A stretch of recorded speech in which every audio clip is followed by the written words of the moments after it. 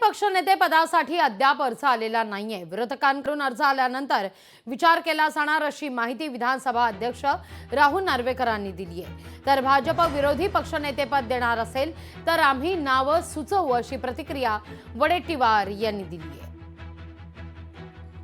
या अधिवेशनामध्ये आमची एकत्र बैठक होईल आणि चर्चा करून आम्ही ते नाव देऊ। पण भारतीय जनता पक्षाची तयारी आहे का, ते देण्यासाठी तयार आहेत का? विरोधी पक्षनेतेपद देवेंद्रजी तयार आहेत का, हे पहिले त्यांना विचारू आणि मग नाव देऊ।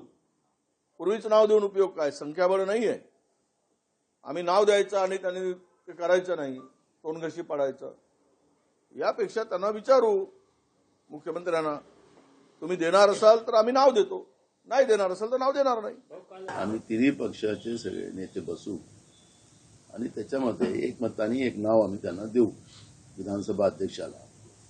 राज्याच्या मुख्यमंत्र्यांशी ज्या दिवशी अध्यक्षाच्या निवडीचा जो फॉर्म भरायचा दिवस होता त्या दिवशी आम्ही भेटलो।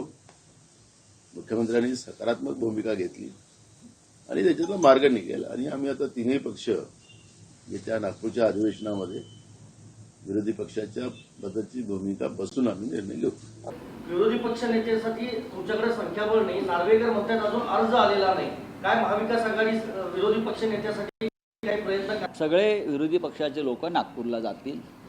माननीय उद्धव ठाकरे सुद्धा नागपूरला निघालेले आहेत, तेही जातील। एकत्र बैठक होईल, चर्चा होईल आणि त्यानंतर हा निर्णय घेतला जाईल। लोकशाही मराठी ऐका, पहा, जागरूक रहा।